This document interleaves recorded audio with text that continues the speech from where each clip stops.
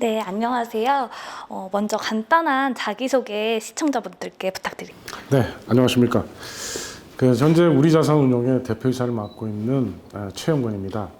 저는 우리 1989년 한국투자신탁이라는 회사에서 첫 직장에서 이제 출발을 했는데 중간에 이제 국민은행 신탁부장을 한 5년 정도 했고요. 그다음에 공무원연금에서 이 자금운용단장을 한 3년을 했습니다. 그러면서 국내외 주식이라든지 뭐 국내외 채권, 그다음에 부동산을 비롯한 대체 투자, 파생 상품까지 뭐 하여튼 두루두루 뭐 이런 상품들을 이쪽 시장에서만 지금 한 32년째 업무를 지금 하고 있습니다. 대표가 되신 후에 외부의 활동도 되게 많이 하고 계신 걸로 알고 있는데요.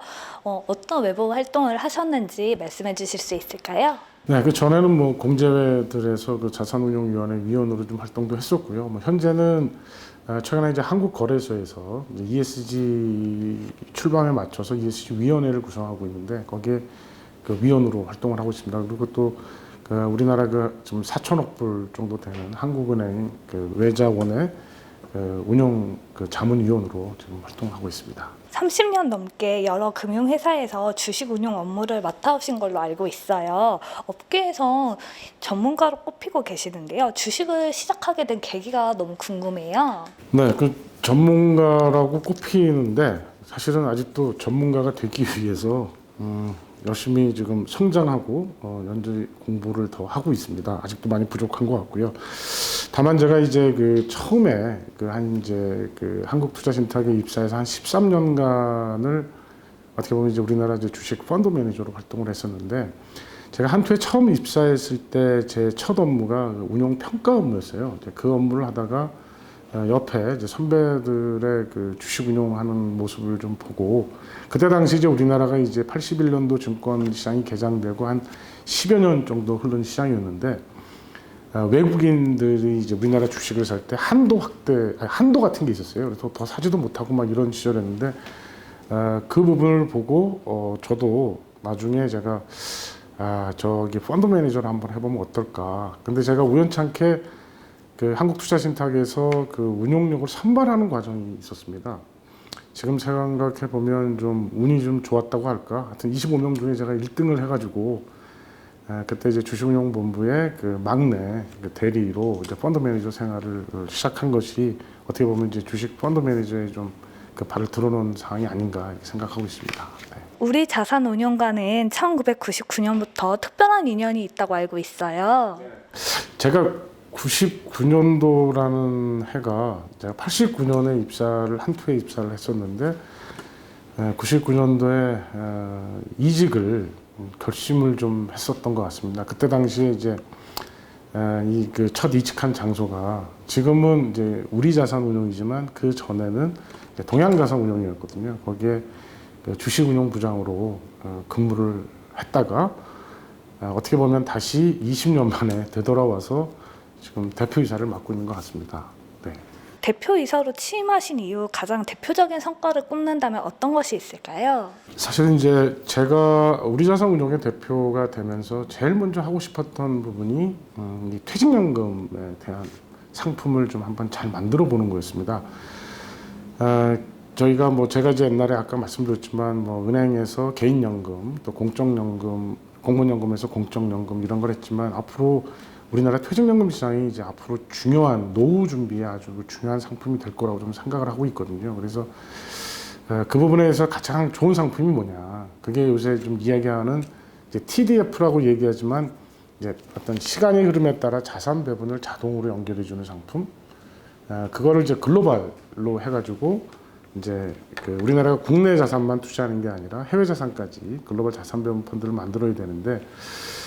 그런 부분에 대한 외국의 파트너를 좀 구하고 있었습니다. 그래서 그런 걸 같이 이제 좀 잘할 수 있는 운용사가 이제 우리가 이제 블랙락이라고 지금 전 세계 지금 1등 하는 이제 그 글로벌 운용사인데 이제 그쪽과 같이 협업으로 하는 그 TDF 펀드를 만든 게 지금 제일 기억에 남고 또 그 펀드가 앞으로 우리나라 그 우리 국민들의 그 노후를 준비하는데 하여튼 좋은 상품이 되기 위해서 한번 계속 또 노력을 할 예정입니다. 그리고 두 번째는 책임 투자를 뭐 이야기 안 할 수가 없는 것 같은데요.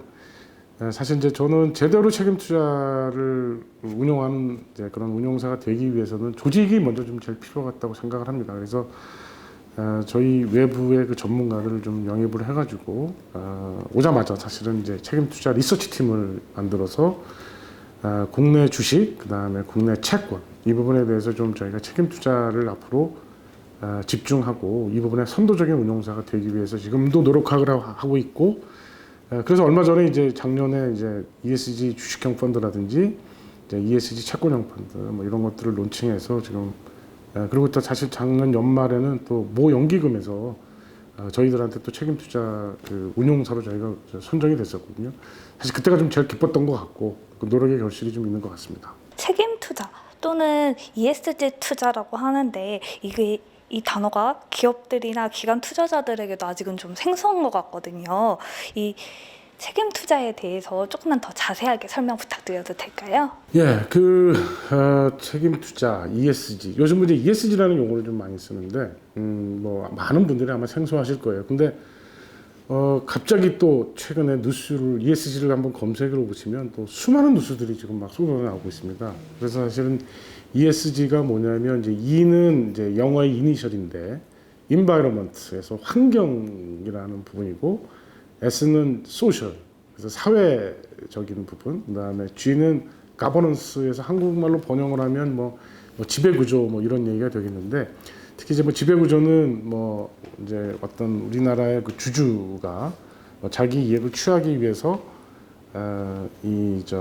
뭐 다른 회사를 지원하거나 이런 부분에 대해서 그동안 우리나라가 중시가 좀 저평가 받았던 이유가 사실 가버넌스 이슈가 좀 있었거든요. 그런데 그 부분까지 해서 요 세 개의 글자를 따서 ESG 투자 이제 이렇게 이야기를 하고 있고요. 특히 최근에 더 부각이 된 게 지금 환경에 대해서 지금 사람들이 많이 이제 관심을 갖게 된 거예요. 저희도 뭐 아시겠지만 코로나19 이후에 그 맑은 하늘을 좀 요새 좀 많이 보게 되는데, 코로나의 그 발생의 원인이 뭐 환경 파괴 뭐 이런 이슈들도 좀 있는 것 같고요. 더군다나 글로벌한 어떤 이제 협약 기구인 이제 UN 파리 기후 협약이 2015년도에 결성이 됐었는데, 작년에 그 유엔에서 그 중국이 2060년도까지 그 석탄 제로 뭐 이거를 좀 발표를 했어요. 또 우리나라도 작년 12월 달인가요? 문재인 대통령이 직접 우리나라는 2050년도까지 탈석탄 제로를 하겠다 뭐 이렇게 또 선언을 하고, 거기 덧붙여 바이든 대통령이 이번에 대통령이 되는 공약 중에 하나가 2015년도에 사실은 그때 그 파리 협약 기구에 미국이 선언을 해놓고도 사실은 그때 트럼프 대통령이 이걸 탈퇴를 하면서 좀 동력이 떨어졌었거든요. 근데 이번 바이든 대통령은 자기가 취임하자마자 77일 안에 다시 유엔 파리 기후변화 협약에 서명을 하겠다 이러면서 특히 그 환경이 좀 더 부각이 되면서 최근에 ESG 경영이라는 말이 많이 부각이 됐고요. 또 거기에 발맞춰 이제 기업 이제 투자, 사실 ESG라는 용어가 이제 투자자 입장에서 봤던 개념이었는데, 이제 ESG 점수가 이제 낮은 기업에 대해서는 투자자들이 이제 투자를 안 하니까 이제 기업들도 인식을 하게 된 거예요. 그래서 다들 지금 ESG 경영을 하겠다라고 해서 좀 기업들이 특히 뭐 잘 아시겠지만 우리나라의 SK 뭐 그룹 같은 경우에는 리백이라고 해서 앞으로 이 자기들이 생산하는 제조 상품의 그 전기가 어떤 석탄 발전이나 이런 걸로 하는 거는 안 하겠다. 뭐 신재생 에너지를 100% 쓰는 리사이클이거든요. 그 100이라는 게. 그래서 뭐 거기다가 뭐 미국의 마이크로소프트라든지 이런 기업들이 이제 속속 ESG 경영을 선언하면서 이 부분이 그 크게 그 규범으로 지금 글로벌 투자의 어떤 패러다임으로 좀 자리를 잡고 있는 것 같아요. 그래서 아마 투자가분들도 이 부분에 대해서는 뭐 지속적인 관심이 필요하지 않을까 이렇게 생각하고 있습니다. 네. 올해 초 코스피가 3,200선을 돌파한 이후 롤러코스터 장세를 타고 있잖아요. 이거에 대해서 어떻게 생각하시고 이에 대해서 어떻게 투자 전략을 세워야 될지 말씀해 주실 수 있을까요? 거의 뭐 아시다시피 제가 보니까 작년에 연초에 한 2,000포인트 정도 주가가 됐었어요. 근데 이제 3월 중순경에 이제 코로나19 팬데믹이 이제 글로벌로 확산이 되면서 우리나라 주가가 아마 1,300만 중반까지 좀 빠진 적이 있는 것 같습니다. 그러고 그 사이에 거의 뭐 1년이 채 안 되는 시점인데 거의 한 2,000포인트가 올랐죠. 그러면서 사실은 이제 주가가 이제 많이 오르다 보니까 이제 사람들이 앞으로 주가가 더 갈지 안 갈지 하면서 어떤 심리적인 뉴스에 의해서 지금 이제 장이 이제 변동성이 좀 확대되는 뭐 그런 구간에 있는 것 같습니다. 다만 뭐 제 개인적인 생각으로는 뭐 요거를 뭐 어떻게 앞으로 지수가 올라간다 내려간다에 대해서는 이제 뭐 그것 좀 참 어려운 질문이고요. 다만 단기적으로 이제 이 주가 수준이 많이 올라다 보니까 과연 우리 기업들이 그러면 실적을 그만큼 내고 있느냐에 지금 초점을 좀 봐야 될 것 같아요. 단기적으로. 그래서 그 부분에 대한 어떤 확인 작업이 아마 이제 1, 4분기 정도에 아마 좀 저기 있을 것 같고요. 다만 이제 이렇게 주가가 많이 올랐던 이유는 이제 코로나 백신이 개발이 되고 이제 연말쯤 되면 뭐 전부 다가 이제 그 뭐라고 집단 면역 뭐 생기면 다시 경제가 정상화로 돌아가는 뭐 그런 과정. 그다음에 거기다가 이번은 코로나19 때문에 각국이 각종 경기 부양을 지금 이렇게 하고 있어요. 한국 뭐 한국판 뉴딜도 있지만 미국도 이번에 이제 바이든 대통령이 이제 대규모 경기 부양을 지금 준비하고 있어서 뭐 그런 부분에 대해서는 좀 더 그런 펀더멘탈이 좀 더 강해지는 뭐 그런 국면은 갈 거다. 다만 장기적으로 볼 때 제가 좀 걱정하는 부분은 항상 보면 이제 이런 인플레이션입니다. 각국 중앙은행이 이 제로 금리를 선언하고 돈을 많이 풀면서 특히 또 뭐 여러 가지 재정 정책이나 이런 걸 하면서 결국은 이제 경기 부양을 하는 과정에서 인플레이션이 이제 물가가 오르게 되면 이제 중앙은행 속성이 있거든요. 근데 그거를 또 방어하기 위해서는 금리를 올린다거나 또 양적 완화를 또 다시 걷어들일 경우에는 또 일부 또 이 충격이 있을 수도 있거든요. 그래서 그런 부분들을 좀 보셔야 될 것 같고요. 다만 거기서 최근에 미국 중앙은행이 뭐 계속적으로 메시지를 보내는 게 향후 2년간은 금리 인상하지 않겠다라는 걸 계속 좀 이야기를 합니다. 그래서 일단 뭐 그래도 뭐 여러 가지로 보면 이제 고용이라든가 물가보다는 이제 고용이라든지 이런 부분이 될 때까지는 아마 제로금리가 유지된다면 조금 더 좀 긍정적인 부분으로 좀 바라봐도 되지 않을까 이렇게 생각하고 있습니다. 최근 정부가 뉴딜 정책의 일환으로 민간 뉴딜 펀드 활성화를 요청하고 있는데요. 우리자산운용이 지난해 11월 30일 디지털 뉴딜과 그린 뉴딜 관련 종목에 투자하는 주식형 펀드 상품을 선보이기도 했잖아요. 앞으로도 준비하고 계시는 게 있을까요? 네, 그때 이제 뭐 잘 아시겠지만 작년에 정부가 코로나19로 인해서 여러 가지 우리나라 경제 성장률이 좀 떨어지고 있기 때문에 각국도 지금 전부 다 경기 부양책을 쓰고 있거든요. 근데 그 부분은 이제 우리나라의 이제 이 코로나로 인해서 경제 성장률이 떨어지지만 이번 기회에 어떻게 보면 우리나라의 그 잠재 미래 경제 성장률을 올리기 위해서는 대규모 투자가 필요합니다. 그래서 그 부분을 아마 정부는 이제 한 축으로는 이제 우리나라가 글로벌 그 강자인 IT 부분에 그 디지털 뉴딜이라는 어떤 그런 하나의 그 부분하고 그 다음에 이제 그 아까 그 말씀드렸지만 이제 환경 이제 그 지금 2050년까지 석탄을 한다 그러면 이제 그린이라는 부분 특히 그 신재생 에너지 뭐 태양광 뭐 그다음에 풍력 그다음에 또 뭐 또 그 태양광이나 풍력으로 인해서 만들어진 전기를 또 이용한 뭐 수소라든지 뭐 이런 부분에 대한 아마 투자는 좀 바람직한 투자라고 생각을 하고 있고요. 특히 우리나라 기업이 이번 기회에 그쪽 부분에 어떤 지금 풍부한 시중의 유동성이 어떻게 보면 그게 투자로 연결이 되고 또 그러면서 또 고용도 창출이 되고 이렇게 선순환을 돌 수 있다면 이번에 그 정책은 되게 그 좋은 결과를 맺지 않을까. 그래서 저희도 저희에 부응해서 이 펀드를 출시했는데 사실 펀드 출시가 한 50일 정도 지났는데도 지금 제가 오늘 한번 수익률을 봤더니 한 30% 정도 올랐더라고요. 그래서 이게 지금 ESG하고 뭐 이런 부분의 그 어떤 투자의 선순환이 아마 이쪽으로 자금들이 계속 모이게 되고 투자가 이루어지지 않냐. 그래서 이제 뭐 그 부분에 대해서는 저희가 이제 또 하나 지금 준비하고 있는 후속 작업은 이 올해 우리 금융그룹이 그 비전을 발표했는데 이 혁신입니다. 그래서 사실은 이 혁신이라는 부분에 대한 부분이 앞으로 우리나라가 주식 투자 여기 뭐 많은 분들이 이제 투자를 하고 계시지만 이 혁신 성장을 하는 기업에 투자를 좀 해야 되지 않을까.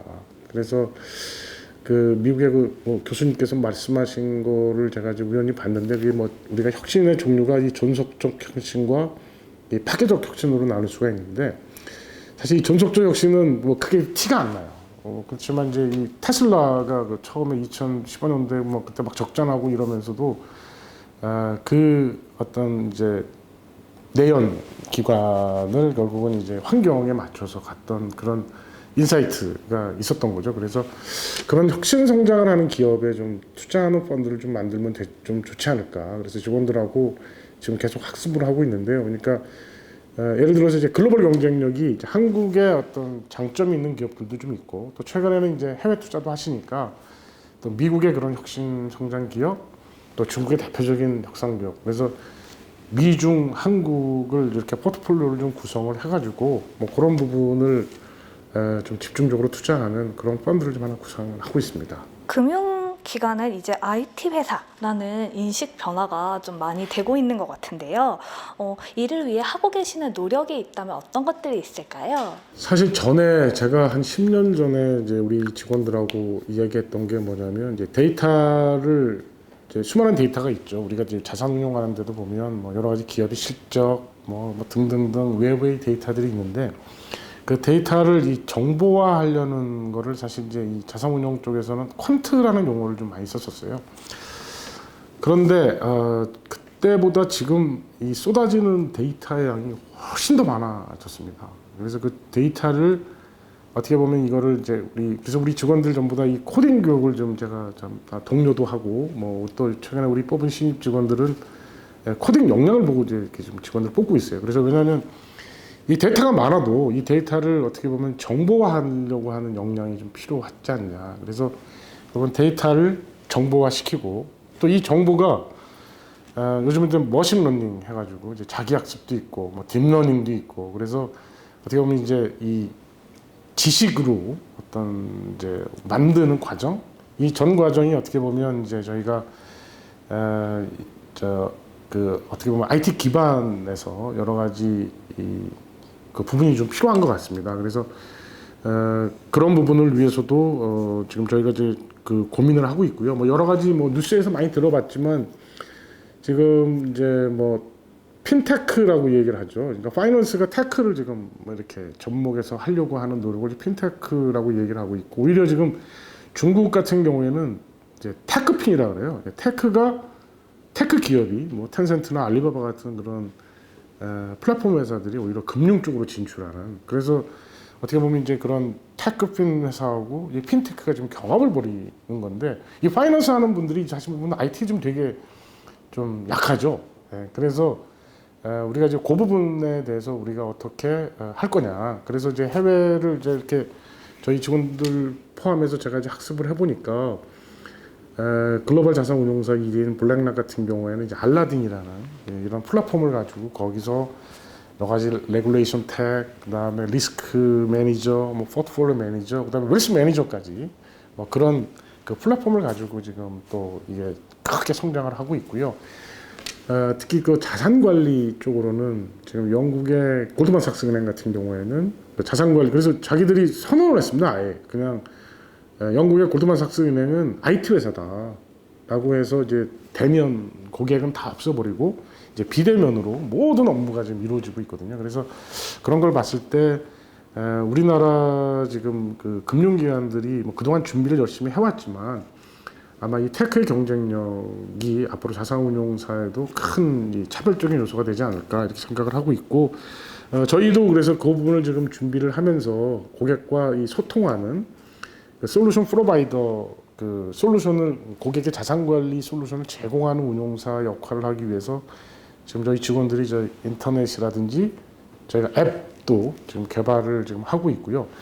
또 은행하고는 이제 협업을 해서 그 아까 제가 말씀드린 대로 그 머신러닝, 그러니까 이제 로보 어드바이저 펀드도 좀 저희가 준비를 하고 있어요. 그래서 아마 그런 것들이 올 7월이면 좀 가시화돼서 저희가 시장에 좀 진출할 수 있지 않을까 이렇게 생각하고 있습니다. 네. 앞으로 우리 자산 운용을 이끌어 나가기 위한 포부 한 말씀 부탁드릴게요. 네, 뭐 개인적인 포부이자 이제 우리 자산 운용이 지향하는 반대요. 사실은 이제 이 저금리가 지속이 되면서 많은 국민들이 이 저금리 쪽에서 좀 큰 수익을 얻지 못하면, 그러니까 제가 이제 기대하는 거는 우리 국민들 모두 좀 부자가 됐으면 좋겠습니다. 부자가 돼서 부자가 되는 방법이야 노후 준비를 하는 부분도 좀 있고, 또 한편으로는 지금 아시겠지만 이제 국민연금 그다음에 이제 회사를 다니는 직장인들은 이제 퇴직연금이 있고, 그다음에 이제 개인연금이 있어요. 근데 어떻게 보면 지금 국민연금이야 이제 우리 국민연금에서 제도적으로 이 최저 부분을 받침을 하고 있지만, 퇴직연금과 개인연금은 우리 개인들의 몫이 중요합니다. 개인들이 어떤 생각을 가지고 그게 장기적인 투자이기 때문에 어떻게 보면 이제 그런 부분에 대한 거를 어떻게 좀 좋은 상품을 만들어서 우리 국민들이 좀 이 노후에 걱정 없이 살 수 있는 이런 부분을 제가 꼭 하고 싶은 그런 부분이고, 또 하나는 우리 이제 경제학 원론 책 첫 페이지 보면 이제 이 경제 주체가 국가, 이제 기업, 가계 이렇게 돼 있어요. 근데 우리나라가 다른 나라에 비해서 이 가계 자산의 이 부동산이 거의 80% 이상 차지를 하거든요. 그러니까 사실 이게 이제 어떻게 보면 부동산으로 이 자산을 다 가지고 있다는 건 이게 현금 흐름도 없고, 그런데 상당 부분이 사실 어떻게 보면 기업 쪽에 어떤 아까 말씀드린 혁신성장 기업이나 이런데 투자가 된다면 또 혁신성장 기업들이 또 성장을 하게 되고, 텐센트나 미국의 구글, 아마존처럼 또 성장을 하게 되면 거기서 고용이 일어나고, 그럼 국가가 또 발전하고, 그래서 이렇게 좀 선순환이 되는 그런 구조의 우리 자산 운용이 좀 그런 역할을 할 수 있도록 저와 저희 직원들이 하여튼 노력을 더 기울이겠습니다. 네. 마지막으로 투자자들을 위한 조언이 있다면 한 말씀 부탁드릴게요. 네, 우리 투자님들한테 한 3가지 정도의 원칙을 좀 말씀드리고 싶은데요. 첫 번째는 자신에게 좀 투자를 먼저 좀 하자. 그러니까 그냥 세상에는 공짜가 없다라는 말이 있어요. 그래서 어떤 투자 자산을 선택을 할 때 내가 이걸 왜 사지?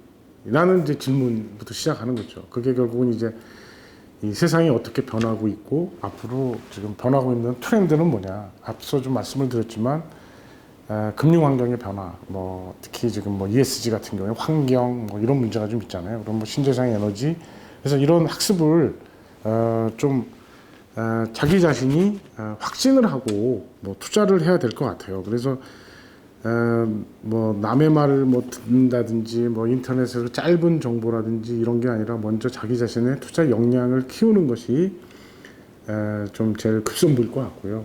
두 번째는 장기 투자입니다. 저도 지금 한 30년간 이쪽에 있으면서 고가에 팔고 저가에 살 수 있는 역량은 없어요. 그거를 어떻게 알겠습니까? 그러니까 결국 여러분들이 집을 사는 사람이 오늘 집을 샀다가 내일 가격이 올랐다고 이거를 또 팔 수 있는 건 아니잖아요. 그러니까 조금 더 그런 어떤 장기 투자를 해야 되는데, 제가 얼마 전에 책을 하나 읽었는데 그게 이제 포노 사피엔스라는 책이에요. 그래서 이게 뭔가 봤더니 지금의 인류는 핸드폰 없이는 모든 걸 할 수 없다. 이걸로 사업을 해야 되고, 이걸로 아침부터 일어나서 계속 이걸 들고 다니고, 특히 요새 이제 주식 투자가 이렇게 좀 많이 좀 확산이 되면서 하루에 계좌 개설이 거의 한 45,000건 이렇게 일어난다고 하더라고요. 그래서 제가 계좌 개설 어떻게 해요? 그랬더니 비대면으로 주민등록증 사진만 착각 찍어서 보내면 1분 만에 계좌 개설이 된다고 그러더라고요. 그렇다는 얘기는 손 안에서 이제 시세를 보게 되면 이게 어떤 때는 오르락내리락 하는데 조금 벌었다고 팔 수도 있고, 또 거기에 관련된 뉴스를 보고 감정에 휘말리거나 어떻게 보면 좀 그런 것들이 또 작용을 하거든요. 그래서 그런 거보다는 조금 이제 아까 제가 말씀드린 세상의 트렌드나 이런 걸 보고 거기에 유망한 종목이면 그게 하루아침에 막 이루어지는 건 아니잖아요. 그러니까 좀 이렇게 좀 장기 투자하는 그런 거를 좀 가졌으면 좋겠다라는 거고요. 저 세 번째는 분산 투자입니다. 그러니까 지금 보면 뭐 저희 아들도 이야기하더라고요. 뭐 친구들이 막 투자를 하는데 뭐 몇 배를 벌었다. 뭐 수익률이 무슨 200% 100%막 이런 얘기들을 하고 있는데 그거는 노력 아닙니다. 그건 운이에요. 그거를 이제 럭이라고 우리가 그러니까 그래서 자산운용하는 사람들은 럭과 이 스킬을 자꾸 구분하려고 하는 건데 결국은 이 위험을 분산 계란을 한 바구니에 뭐 담지 말라라는 뭐 기본적인 그런 용어도 있지만 특히 뭐 예를 들어서 최근에 보면 예를 들어서 뭐 아까 그 BBIG라고 제가 얘기를 했지 않습니까? 뭐 그런 기업이 있으면 또 다른 부분도 있을 수 있을 것 같아요. 그게 막 성장하는 산업이긴 하지만 또 그 이어서 뭐 지금 뭐 여러 가지 뭐 가격 면에서 많이 빠져 있고 하는 주식들도 또 나중에 또 올라갈 수 있거든요. 그래서 좀 종목을 좀 이렇게 다양하게 하고 또 투자의 방법도 어떻게 보면 시간이 되게 중요한 것 같아요. 그래서 이 적립식처럼 한 번에 어떤 재산을 한 번에 이렇게 투자하지 말고 이렇게 시간마다 이렇게 하는 적립식. 그래서 뭐 제가 자산운용사에 있어서 그런 건 아니지만 이제 펀드를 좀 저희는 한 80% 정도를 가입을 하시고 한 20% 정도는 뭐 이렇게 시장을 보면서 공부하고 뭐 선택하고 뭐 이런 노력도 여러분들이 한번 기울여 주시면 될 것 같고요. 그 제가 이제 좀 말씀드린 거는 이제 그 아까 그 TDF라는 상품이 어떻게 보면 이제 자기 나이에 맞는 위험을 이렇게 고려해서 하는 투자거든요. 그러니까 보통 TDF가 이제 한 6개 정도 이렇게 상품이 있는데 2050년이 만기인 거. 그러니까 지금 우리 기자님처럼 이렇게 한 30살 정도 이전에 있는 투자가들은 좀 고위험, 주식 비중이 높은 상품을 하고 또 이게 이제 시간이 지나면서 저같이 이제 곧 은퇴를 앞둔 사람인 경우에는 지금 막 이렇게 뭐 위험 자산, 뭐 주식 비중을 많이 높일 수는 없죠. 지금은 저 같은 경우에는 이제 이 안전 자산인 채권이나 뭐 이런 부분을 조금 더 이렇게 많이 가져가는 그래서 그런 어떤 노인은 노인대로 뭐 젊은 청년은 청년대로 어떤 그런 자기의 어떤 투자의 위치와 성향을 파악하신 후에 그렇게 투자해 주시면 좋겠습니다. 끝으로 아까 제가 중간에 한 말씀을 못 들었는데 제가 아까 저 포부 중에 제가 한 2017년에 그때 그 싱가포르에서 포럼이 있었어요. 근데 거기 가서 그 행사에서 어떤 분이 저한테 이 책을 이렇게 선물을 해줬습니다. 제가 보니까 우리나라 서점에는 없는데 이 제목이 Can Finance Save the World이에요. 사실 이 부분에 대해서 사실은 좀 여러 가지로 금융이 되게 중요한 역할을 하고 아까 그 ESG 환경 뭐 여러 가지 뭐 소셜 뭐 가버넌스처럼 이 세상을 어떻게 보면 좀 바꿀 수 있는 그 영역이 아닌가. 그래서 앞으로도 우리 자산 우리 임직원들은 투자에 있어서 저희가 어떤 선한 영향력을 만들고 온 국민이 부자 되는 그런 노력을 계속하는 운용사가 되도록 그렇게 하겠습니다. 네. 오늘 국민과 혁신을 위해 노력하시는 그 대표님의 진심을 엿볼 수 있는 좋은 시간이었던 것 같습니다. 끝으로 시청자 여러분들께 감사 인사 한번 드리고 마무리하도록 할게요. 네, 우리자산운용은 저희가 2019년 8월 우리금융그룹의 자회사로 편입이 되어 있습니다. 현재 우리자산운용의 임직원들은 저희가 여러 가지 이제 우리 전통적인 주식 채권뿐만이 아니라 아까 그 퇴직연금, 그 다음에 후에는 저희가 그런 어떤 혁신성장, 뭐 뉴딜 이런 펀드들을 계속 잘 운용을 해서 우리 국민들이 부자된 그리고 앞으로 요번을 계기로 해서 저희 여러 펀드 매니저들이나 저나 이렇게 좀 소통을 할 수 있는 그런 기회를 저희가 한번 많이 만들어 보도록 그렇게 하겠습니다. 뭐 지금까지 말씀 들어주셔서 감사합니다.